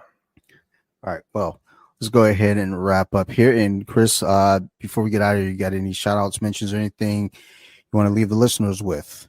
Oh man, yeah, I'm around. I'm on Nerd Rage Radio with Bobby Skullface, Uncle Dolphin, and Farrell. That's a mouthful. You can find that on your favorite podcast pushing platform, and I do a little dabbling with dioramas, not like I used to. I hardly ever do much anymore, but Crashbox customs all across the fruited plain. There you go. All right. I'll make sure to throw the links there in the show notes and let them know where to find y'all. And as always, to the listeners, thank you. If y'all got any questions, concerns, criticisms, please feel free to reach out. You can find me at bjj.wiki on Instagram or Off the Mask Podcast on Instagram, things like that. And I'd like to give a big shout out here. And it's weird to do the shout out with this dude right here with me. But let me give a shout out to Nerd Rage Radio, Bobby, Kris, Joe, Maryland Phil, Ricky Ticky. And my bad, I've been leaving Farrell out because it's just a habit to go the way I say it. Yeah. Right. So I got to work that one in there. But but thank you to those guys, because if it weren't for Nerd Rage, I wouldn't be doing a podcast. I started with those guys over there, and sons of bitches. I mean, all y'all kind of got me into a bad habit. You got me on the Marvel Legends. Joe, even though I was a horror fan, Joe's got me more into horror now and cat videos. Bobby just in general is an influence with the podcast. So, thank you to all you guys over there. Much appreciated. And I also wanted to shout out my other podcast, So You Like Horror. If you like scary movies, go check that shit out. We are currently in the middle of a theme of remakes versus originals. And when this episode comes out, you should be hearing, actually, no, it won't be out yet, but coming up will be our episode talking about the 1951 Thing from Another World versus the 1982 John Carpenter's The Thing. And also another Nerd Rage veteran of sorts, I guess adjacent, affiliate, whatever. Maryland Phil did that episode with me. The Woo affiliates. There's gonna have to be some editing because most of my, whenever I record with Phil, my goal is to make him uncomfortable. And he's gotten too comfortable. So the things that I normally say didn't make him it didn't catch him off guard. So I said a few things that caught him off guard. So I'm going to have to go out and edit a lot of that. I'm going to leave his laughter in there, but I'm going to cut out the parts that I said. So that way you guys can just kind of wonder, what the fuck did Dante just say? But that's great. Either way, that's great. Go check that episode out wherever you find your podcast. And you can also go find us on Instagram. So You Like Horror. All the words are separated by underscores. And then last but not least, I guess it's weird to give you a double shout out here. Thank you again to Kris. Yeah. Pinkerton. Great talk, Dante. I appreciate you having me on. And I know you and I talked about, I'm not a big horror fan, but we might have found a way around that. So it sounds like I might be working with you on that one too at some point. I have two specific movies that I will get to you in the coming days. Okay. And they're in that pocket of people think of horror as slasher, monsters, whatever, things like that. Things like Misery, things like Seven, things like Sons of the Lamb, those are all horror as well. So that's why I always try to convince people to understand. It's like horror isn't just the gory stuff. Horror is also things that make you think, things that keep you up at night. I watch The Strangers most nights to go to bed. It's fucking terrifying to me, but wow. I just do it so I feel something. Well, there you go, man. There you go. But otherwise, thank you, everybody. We love you to death. Listeners, thanks for all the support. Go leave a review, please. Thank you very much. And all the other things. You guys know what it is. You all keep listening. We're going to definitely keep making these shows. Thank you, everybody. And goodbye.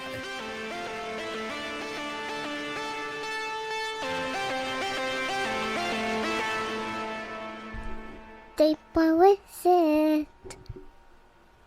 Now let me sing a song.